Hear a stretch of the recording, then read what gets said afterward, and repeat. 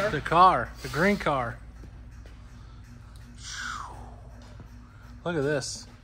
We have not had much time to video and shit like that. Kenny's been busting us. 2 weeks ago-ish. Yeah, Friday, 2 weeks ago. Tomorrow will be 2 weeks. Our friend Michael Borgen with the Volvo, the Turbo LS Volvo station wagon, he had a guy finally fix my cylinder heads, so I can stop crying about it. And for those of you who don't know, there may or may not have been a dremeling accident with the cylinder heads. So we waited 10.5 months for the cylinder heads like we discussed in a few previous videos. It's been a while since we talked about it because it just made me cry all the time. But it took 10.5 months to get the cylinder heads from Brodix on a 4-month ETA, which was super cool of them, by the way. And then we got them, and once I tried to put them on the engine, push rods didn't clear the intake port. So I was like, easy fix. I'll grab my porting bit and I'll smooth them in. And yeah, as soon as I hit them with the porting bit, like 2 passes in, it blew through the intake port. I'm like, sweet. So I was super angry, and I gave up on it for a little bit. And then I tried to weld them, and I did a piss poor job and couldn't finish it. So I finally just surged out to try to get somebody else to do it. And then sent them out to a guy. He couldn't do it. Called Brodix. They wouldn't respond to me. Called a couple other companies that fix stuff. They just acted like my money was no good with them, so it's fine. But finally, this guy fixed them, and he only charged me $300. It was a blessing in disguise. So, anyways, got him back a couple weeks ago. We sold the blue Camaro like we discussed. Wait. Did we sell the blue Camaro for the full amount, or was it just for? Did you have to take a loss? We got asking price of $39,500. Yes. Oh man. Yeah, a guy drove from North Carolina and picked it up, and it was ecstatic to grab it, and even in parentheses in quote said, "You couldn't build this car for this," and I was like, "Yeah, I know, that's fine." It was it was very dumb of me to do that, and I actually learned my lesson. 2 in a row, broke even, didn't make anything, but I lost a lot of time. So no more cars except for my own now, this one. But yeah, so we sold the blue car, made some space in the shop, filled it right back up. But anyways, now the money from the blue car, the proceeds are going to me taking time off work to finish this. So I have, for the last 2 weeks, I've been busting my ass on this, and we're getting close to the end. There's a lot of small stuff left. Got to crimp all the fuel lines and fittings, a lot of Red Horse stuff, a lot of Fergola stuff. We did all really nice stuff in this. This is my first dry sump system, so I had some learning to do with that. It has a 7-stage daily dry sump pan, which is a really nice quality pan. Let's see if I can get a look at it over here. But there's a lot going on to those, so if you get one, be prepared to have a lot going on. There's a lot of hoses in there all over the place, and there's really nothing you can do when they're 16 AN because they're about this big. So, yeah. So, I don't know, just a quick rundown once again. It's a 388 cubic inch LS. Has Brodix cathedral heads. I think they're 249 cc is what they call them. They're hipped, the welding deck. It's got an energy billet block. It's a tall deck, unfortunately, so I had to get some custom long rods made for it. Brian Tooley Racing camshaft, one of our title sponsors. It's a 60 millimeter roller course, so it's the first time I haven't done a Babbitt. A lot of news in this combo. And it's still a hydraulic roller. So Johnson Lifters, one of our other title sponsors, built a really nice 903 diameter hydraulic roller, large-bodied hydraulic link bar lifter for it. That's in there. So it's super similar of a spin-off of the old Fox body and the old Camaro and stuff. But yeah, so cathedral port, scrub-style rockers. So we actually got Brian Tooley rockers in this one. Their shaft mount system, which is awesome. And then, yeah, it's super similar to the Fox body engine and the black Camaro engine. We did a couple videos on that back in the day.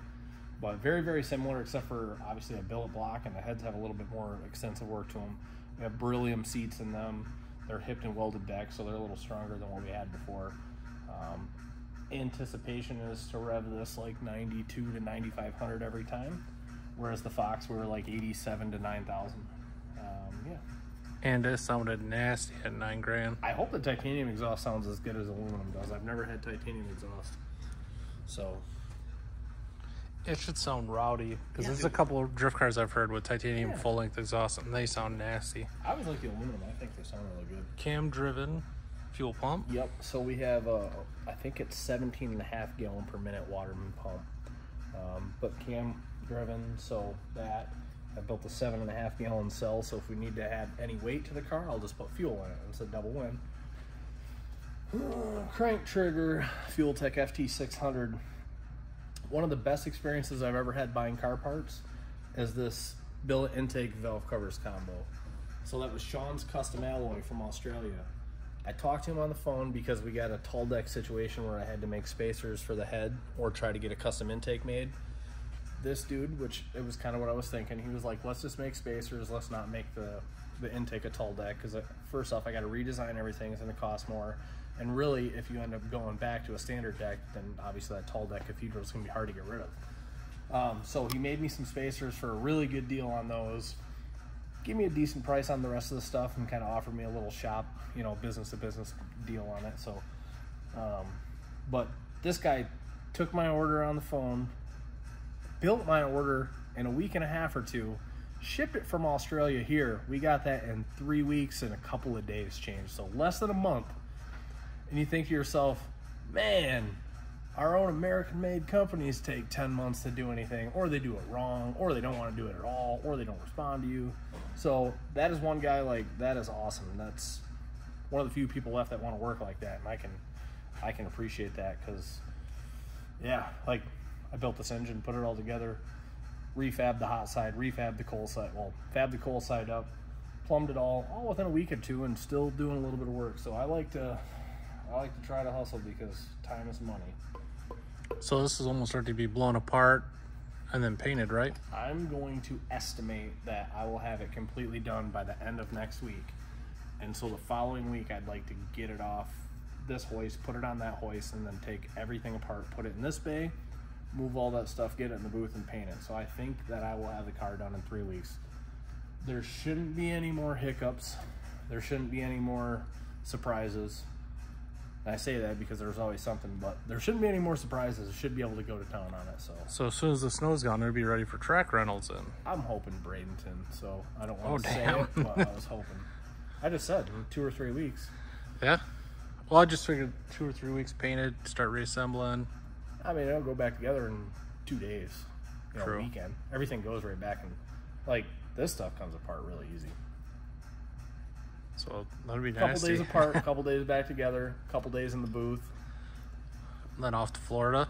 I mean, if everything works out, I don't want to jinx it, but if not, I'm not going to rush it. But I think that it'll fall into place where I have time to do it. That'd be a nice test weekend for it. Yeah, and if not, we'll take Tim's, and that's fine. He's a little further ahead. But yeah, absolutely, no matter what, this car will be out this spring. First test day at 131, it'll be there. If not, I'm going to sell everything, pout and cry, and move to Puerto Rico. So Samuel, if you're watching, that means first test day, you better have the track prepped real nice. Yeah. So, We don't want no spinning. I gotta learn the car a little bit. We're gonna try to launch on a lot and try to reel in a lot. I'm not trying to start slow. I'm just gonna try to just go hard. You can be ready for that though. It's been a couple of years. Yeah, I'll figure it out really quick. Maybe you forgot how to go fast. Nah, it'll come back to me. Driving these 600 horse cars instead of these Yeah, it's a little. 2,000 horse cars. It's not much different. Especially because this one's got electric shifter, so I don't got to shift. It's got a pretty That's nice gonna be seat. weird. So I'm probably gonna mess up and be like, I shifted, and I'm gonna shift it again or something. Like, oh no, because I've always just been a grown ass man, so I shift my own cars. I went 6s in the quarter shifting my own car. I ain't about to shift this, So It's gonna be like having cruise control if you ain't got to shift it. I know it's gonna be really weird. I can keep both hands on the wheel. I probably won't be able to drive it like that. I'm always used to just one hand manhandling it. You might as well just put a hanger so you can just put your hand right up and just hold on like to a something. bus loop. Yeah. Yeah, a few more 16AN plumbings. I gotta make a cam sensor bracket. Wire the cam and crank. That's the only thing. The EGTs. That's probably gonna be pretty easy. It's pretty much plug and play and CAN bus stuff. I got to make bolts to bolt the spacer down. The other ones were too long. Bunch of stupid, silly stuff left. But, man, looks awesome. I like how, at first I was upset that I put the hot side high.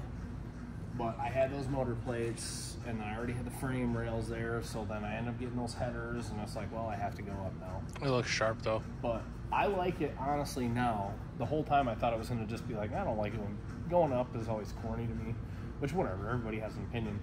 But I like it now because it does hide all that clustery shit that's underneath of it. Because there's this stuff going everywhere, and that's more, like, if that was on top, that would piss me off. And then you can jack it up, get to the coils, get to the spark plugs easy. Yeah, like, everything's going to be really easy on it. I really like these plugs, and they never melt. These plug wires, I mean. So they're very easy to get to now. I just made those coil brackets down there. Obviously, you can pop them right back in where they go. Yeah. Bolt in, whichever, however. Everything's. I tried to make everything really easy to work on, and it's just because, like, I'm gonna try to blow this up. Not really. Kind of, but not. I'm gonna. Somebody said something yesterday. They were here.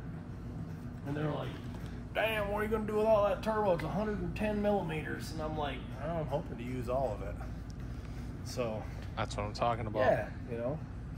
The nice thing is it's well thought out. So when you do decide to go sell it, whoever gets it's going to have a car that's easy to work on. Because walking around the track, doing videos and stuff, I see a lot of cars, and they're just messes.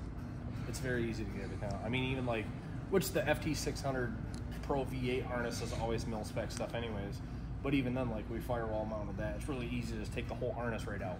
Front and back, actually. We made everything, I don't want to say, like, quick disconnect, but quick disconnect. Yeah.